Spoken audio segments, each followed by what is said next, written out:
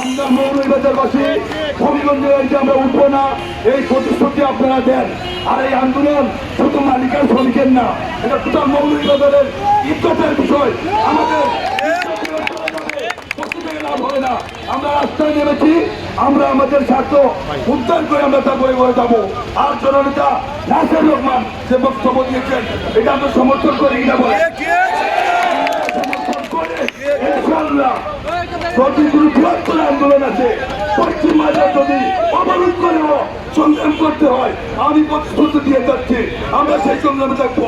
ধন্যবাদ সবাইকে জানিয়ে আমার বক্তব্য করছি।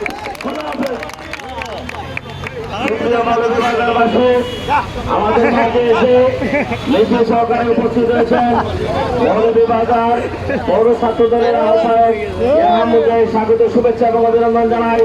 কলেজ ছাত্র দল নেতা নেশা তালুকদার মিছিল নিয়ে এসছেন, তাদেরকে আমরা স্বাগত, শুভেচ্ছা এবং অভিনন্দন জানাই।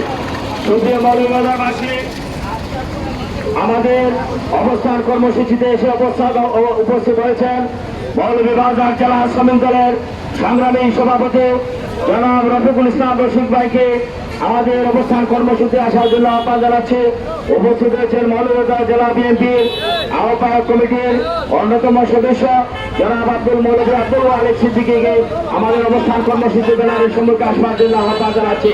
সুপ্রিয় মৌলভীবাজারবাসী, এ পর্যায়ে বক্তব্য নিয়ে আসছেন 10 নং নাজিরাবাদ ইউনিয়নের স্বনামধন্য চেয়ারম্যান জনাব আশরাফ আহমদকে বক্তব্য রাখার জন্য আহ্বান জানাচ্ছি।